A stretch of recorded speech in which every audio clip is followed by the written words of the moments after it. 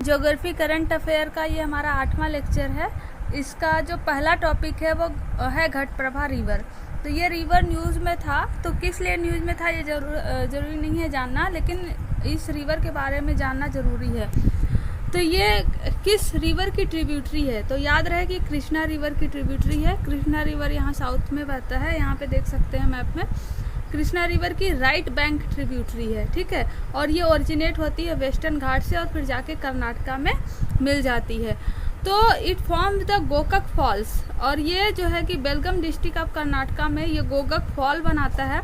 मतलब कि इसमें क्या याद रखने वाली बात है, एक तो राइट बैंक ट्रिब्यूटरी है कृष्णा रिवर की, वेस्टर्न घाट से ओरिजिनेट होती है, गोकक फॉल बनाती है, और यहाँ पे hydro electric and irrigational dam भी हैदकाल में देखने को मिलता है। कृष्णा रिवर के बारे में थोड़ा सा हम देखें तो ये सोर्स है इसका वेस्टर्न घाट, मतलब कि वेस्टर्न घाट से ओरिजिनेट होता है महाराष्ट्र में महाबलेश्वर से। ये बहुत ही इम्पोर्टेंट है और कई बार स्टेट पीसीएस में पूछा भी गया है।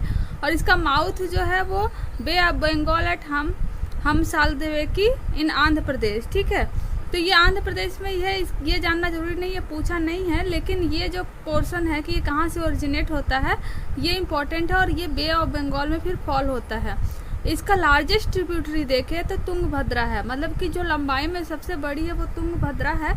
और लॉन्गेस्ट ट्रिब्यूटरी देखें तो मतलब कि लॉन्गेस्ट जो लंबाई में सबसे बड़ी है वो भीमा है, और जो लार्जेस्ट ट्रिब्यूटरी है मतलब जिसका एरिया ज़्यादा है फ्लो होने का वो है तुंगभद्रा रिवर। तो इसका तुंगभद्रा रिवर, भीमा रिवर और हमें अभी देखें कि घटप्रभा रिवर, तो ये तीनों के तीनों किसके ट्रिब्यूटरी हैं? कृष्णा रिवर के ट्रिब्यूटरी हैं।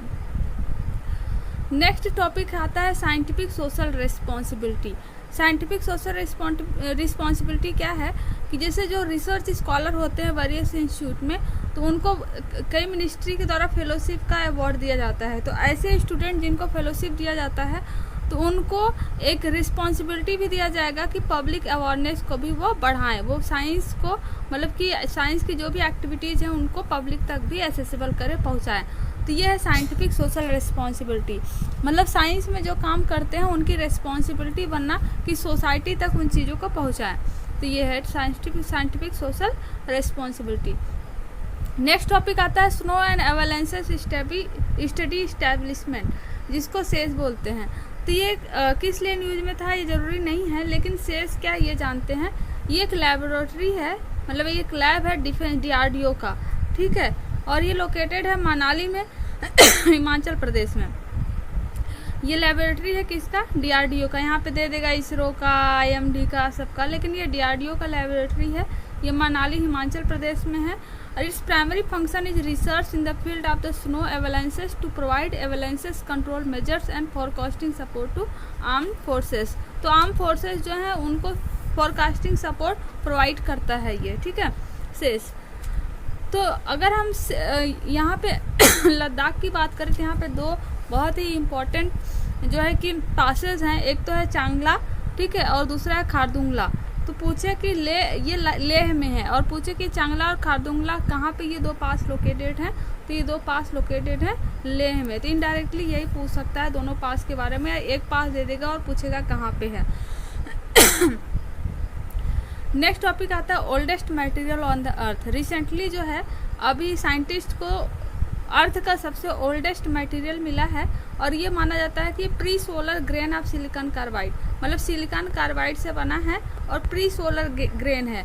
प्री सोलर ग्रेन का क्या मतलब होता है कि जब सोलर सिस्टम बन रहा था तो उसके पहले का है, इसलिए प्री सोलर बोलते हैं, और ये बना है सिलिकॉन कार्बाइड से। तो इसके बारे में हमने देख लिया कि pre solar grain of silicon carbide is the oldest solid material ever found. अगर ये पूछे तो ये इसकी ओल्डेस्ट सॉलिड मटेरियल क्या है, तो ये सिलिकॉन कार्बाइड है, ठीक है। और प्री सोलर ग्रेन क्यों कहते हैं? क्योंकि ये सोलर सिस्टम के बनने के पहले का है, ठीक है। जो नेक्स्ट जो इम्पोर्टेंट टॉपिक है वो है स्टार डस्ट, ठीक है। तो ये स्टार डस्ट से बोलते हैं कि सोलर सिस्टम जब बन रहा था तो उसी से स्टार जो है डस्ट निकला बहुत सारा, ठीक है। सोलर सिस्टम पूरी तरीके से बना नहीं था, तभी इससे डस्ट निकला और ये सिलिकॉन कार्बाइड बना। तो स्टार डस्ट क्या होते हैं? जैसे कि मान लो कि सूर्य बन ही रहा है, ठीक है, सोलर सिस्टम बन ही रहा है पूरा, तो इससे क्या है, रॉक वगैरह से मिलकर बने हैं तो बहुत सारे डस्ट पार्टिकल निकलते हैं। तो इसी जो डस्ट पार्टिकल का जो स्टेलर विंड्स निकलते हैं उसी को स्टार डस्ट बोलते हैं। ठीक है, सिलिकॉन कार्बाइड के बारे में हम थोड़ा सा देखें तो ये इसको कार्बोरंडम भी बोलते हैं। सीधे अगर सिलिकॉन कार्बाइड ना देखे कार्बोरंडम दे दे कि oldest material of the earth का कौन है, कार्बोरंडम है और ये सिलिकॉन कार्बाइड से मिलकर बना है और ये सेमी कंडक्टर मटेरियल है। ठीक है, इंडस्ट्रियल में बहुत सारा, इंडस्ट्रियल सिरेमिक मटेरियल में इसका बहुत सारा यूज़ है। नेक्स्ट टॉपिक आता है जेड मोर्थ टनल। जेड मोर्थ टनल पहले पता होना चाहिए कि लोकेटेड कहाँ पे है, जम्मू एंड कश्मीर में लोकेटेड है। ठीक है, और ये इतना बड़ा है कि ये याद करने की डेटा जरूरी नहीं कि 1000 व्हीकल इससे 1 आवर में पार हो जाएगा। तो जम्मू एंड कश्मीर में ये लोकेटेड है बस, और ये बॉर्डर बीआरओ के द्वारा बनाया गया है। तो बीआरओ क्या है, हमने देखा कि बॉर्डर एरिया जितने हैं, हमारे जितने भी बॉर्डर स्टेट हैं जो कि अदर कंट्री से, फॉरेन कंट्री से टच करते हैं, वहाँ पे अगर ऑर्गेनाइजेशन, वहाँ पे कोई डेवलपमेंट करना हो तो बीआरओ करता है। ठीक है, तो बीआरओ के द्वारा बनाया गया है, जम्मू एंड कश्मीर में है। और जेट टनल जो है कि क्या है ये पता होना चाहिए, प्रीलिम्स में पूछ सकता है। नेक्स्ट है जो मैप बेस्ड इम्पोर्टेंट है, ओमन के बारे में पूछ रहा है। तो कॉन्टेक्स्ट क्या है इतना इम्पोर्टेंट नहीं है, लेकिन जो ओमन है उसका मैप काफ़ी इम्पोर्टेंट है। देखो ओमन जो है यहाँ पे दिखाई दे रहा है, ये सऊदी अरेबिया से सराउंडेड है, यहाँ पे क्लियर देख सकते हैं। यहाँ यूएई बाउंड्रीज का ओमन का टच करता है, यूएई, सऊदी अरेबिया और यमन, 3 कंट्री से बाउंड्रीज का टच करता है। ठीक है, तो इसके बारे में देखें तो इसका मोस्ट ऑफ द पोर्शन जो है वो डेजर्ट में फॉल होता है, रूब अल काली। अगर पूछे कोई कि रूब अल काली कहाँ पे है तो ये जो है ओमन जो है यहाँ पे फॉल होता है, और यहाँ पे बेडोइन नोमैड्स मिलते हैं। ठीक है, एक अरेबिक स्पीकिंग जो है नोमैड्स हैं जो पीपल, वो यहाँ पे अभी मिलते हैं ओमन में। इसमें इतना ही इम्पोर्टेंट है। नेक्स्ट आता है कारवार पोर्ट। कारवार पोर्ट अभी क्या था कि रिसेंटली कर्नाटका जो हाई कोर्ट है इसने इस कारवार पोर्ट को जो है बनाने से बैन कर दिया। तो ये कर्नाटका में है। तो क्यों बैन किया, क्योंकि ये जो लोकेटेड है Uttara Kannada district southern side of the Kali river के सदर्न साइड में है। ठीक है, और यही एक ऐसा पोर्ट था जो only all weather natural port out of the 10 minor port of the Karnataka में टोटल 10 माइनर पोर्ट्स हैं, जिसमें यही एक पोर्ट है जो कि ऑल वेदर नेचुरल पोर्ट है। ठीक है, जो सारे वेदर में ही काम करता है। तो अगर सीधे पूछे कर्नाटका में माइनर पोर्ट कितने हैं तो टोटल 10 माइनर पोर्ट है, और जिसमें कारवार पोर्ट जो है वो ऑल वेदर नेचुरल पोर्ट है। ये सैंडविच है between the Arabian Sea and the Western Ghat. मतलब कि अगर हम देखें तो यहाँ पे जो अरेबियन सी है, यहाँ पे वेस्टर्न घाट है, तो इसके बीच में ये सैंडविच है। कारवार पोर्ट कर्नाटका में है, और याद रहे कि only all weather natural port अगर हम देखें तो यही है कर्नाटका में माइनर पोर्ट में। ये एक माइनर पोर्ट है। तो इसकी वजह से काफ़ी ज़्यादा डिस्ट्रक्शन हो रहा था। ठीक है, काफ़ी ज़्यादा जो नेचुरल हैबिटेट्स वगैरह थे उनको प्रॉब्लम हो रहा था। इस वजह से कर्नाटका जो हाई कोर्ट है इसको जो है डायरेक्ट किया कि इसको बंद कर दिया जाए, इसकी एक्टिविटी जो डेवलपमेंट की है बंद कर दिया जाए। और कारवार पोर्ट डेवलप हो रहा था सागरमाला प्रोजेक्ट के अंदर में। सागरमाला प्रोजेक्ट क्या है देखें तो Sagarmala project approved by union cabinet, Sagarmala project in 2015।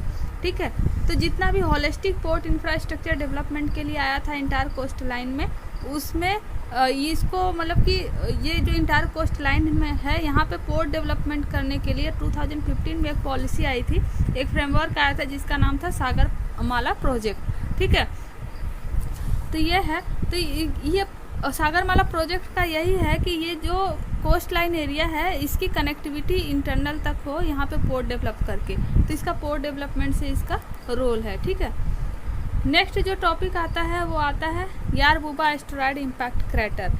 देखो यारबुबा एस्टेरॉयड इम्पैक्ट क्रेटर क्या है, तो according to the new study Yarrabubba impact structure is the oldest known asteroid crater on the earth. मतलब अगर एस्टेरॉयड का क्रेटर हम देखें जो गड्ढा होता है ना, तो वो ओल्डेस्ट जो है यही मिला हुआ है। और ये कहाँ पे लोकेटेड है, इसका लोकेशन बहुत इंपॉर्टेंट है, वेस्टर्न ऑस्ट्रेलिया में। ठीक है,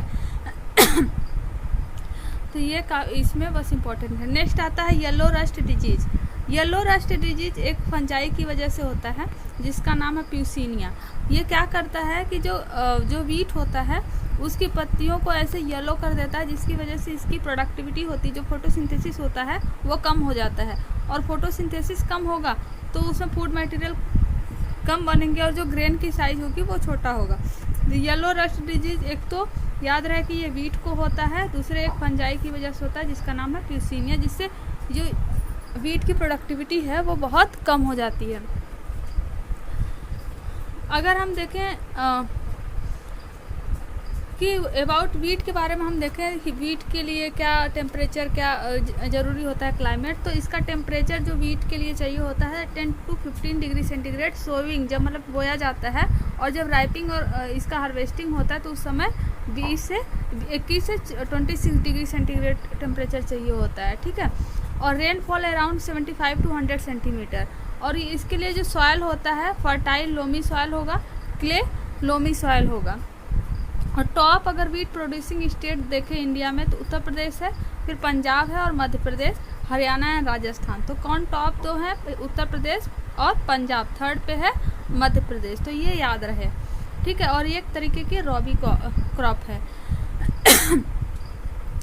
नेक्स्ट इम्पोर्टेंट टॉपिक आता है वेस्टर्न डिस्टर्बेंस। वेस्टर्न डिस्टर्बेंस ये ज्योग्राफी में पढ़े हुए हैं।